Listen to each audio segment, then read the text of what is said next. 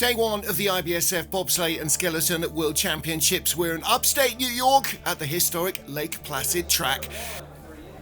After the first of the four heats, China's Yin Qing, the bronze medalist a year earlier in Winterberg in Germany, lay just inside the top 10 in 9th position, but 88 hundredths off the first heat leader.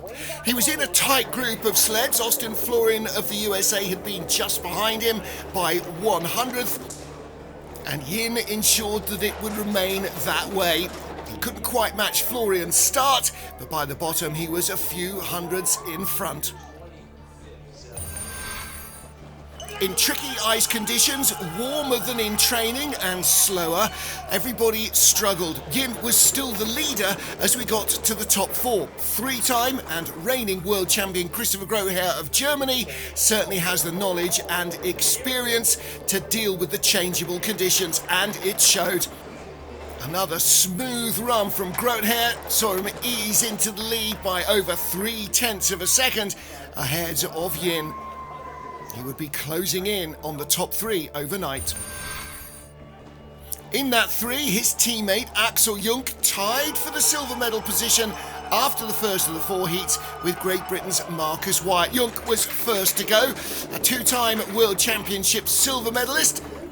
He'd only been in 5th position the previous year on home ice in Winterberg in Germany, but another strong and positive run from Jungk kept him on the overnight podium.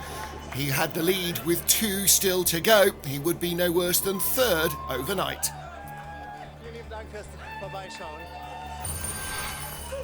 Great Britain's Marcus Wyatt, runner-up in the overall World Cup standings, was just 100th of a second out of the medals in last year's World Championships. He lay in 2nd place after the first heat, and again a strong run from the British slider. He had the lead over Jungk all the way down, keeping errors to a minimum on the tricky Lake Placid ice. One sled remained, Wyatt's teammate Matt Weston. Weston had chosen the number 1 starting draw for the first heat, eager to get onto the ice and see what he could do. What he could do was go over 0.4 quicker than anybody else.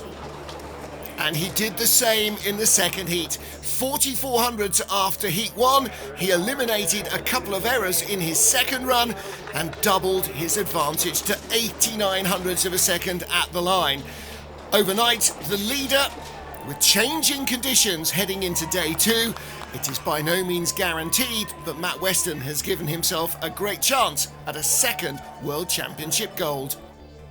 Weston leads by nearly 9/10 from Wyatt and Jungk. Christopher Groher definitely in the mix, and who knows what might happen on day 2.